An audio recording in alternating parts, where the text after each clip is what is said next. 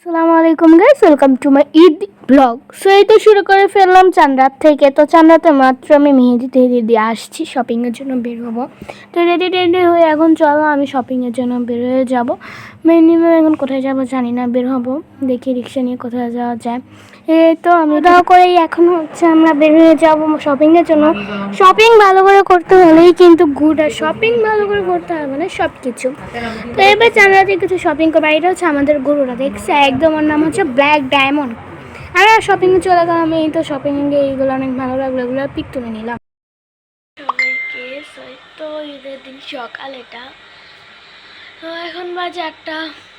এখন উঠে যাচ্ছি মুখা না, ডাইরেক্ট গোসল করবো। গোসল করে ড্রেস আপ পরবো নতুন।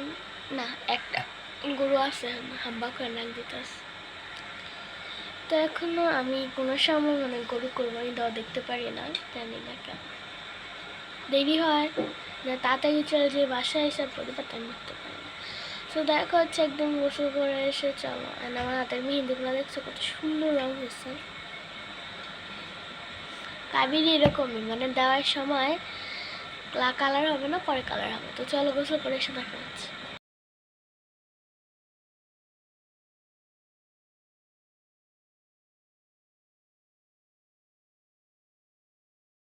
এই তো আমাদের কোরবানির মাংস, আমাদের হচ্ছে ব্ল্যাক ডায়মন্ডের এটা মাংস।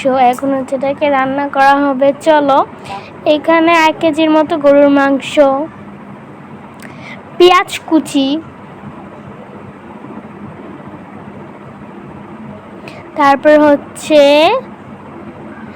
কাঁচামরিচ, ধনিয়া গুঁড়া, একটুখানি মুরগির মশলা, জিরা বাটা, তারপর হচ্ছে লবণ, হলুদ এবং গরুর মশলা।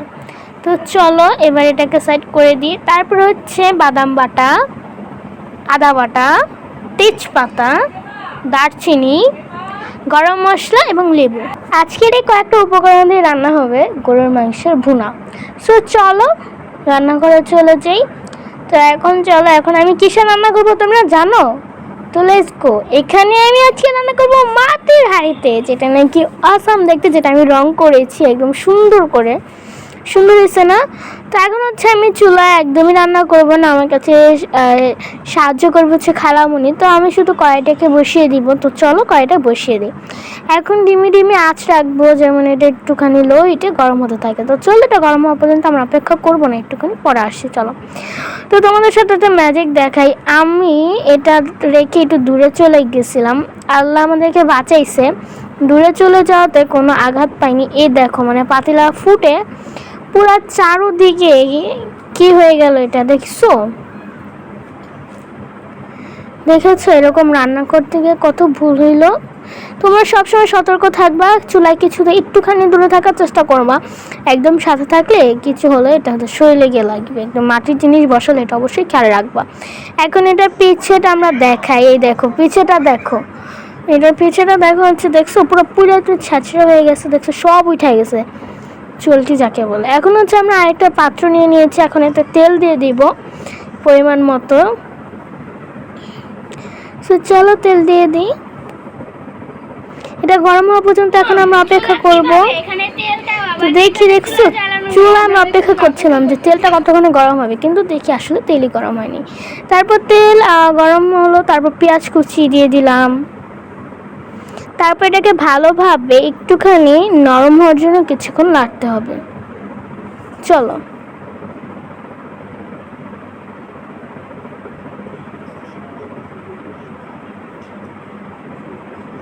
তো এখন এটাকে লাড়বো। আর আমার সাথে পুরো রান্নাটাই হচ্ছে আন্টি করছে। এখন দিব আদা বাটা, রসুন বাটা, তারপর হচ্ছে বাদাম বাটা, দারচিনি, লং এবং এগুলাকে ভালো করে দিয়ে এখন লাড়া দিয়ে দিব। ও আরও কিছু তো দিতে হবে, ভুলে গেছি। লবণ, জিরা গুঁড়া, গরুর মাংস মশলা, গরম মশলা,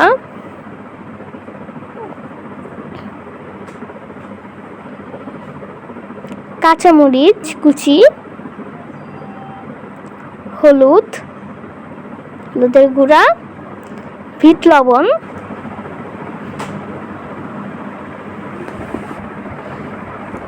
তো এগুলো দিয়ে এখন ভালো করে নাড়াচাড়া দিতে হবে। তো চলো ভালো করে এখন নাড়াচাড়া দিয়ে নিই।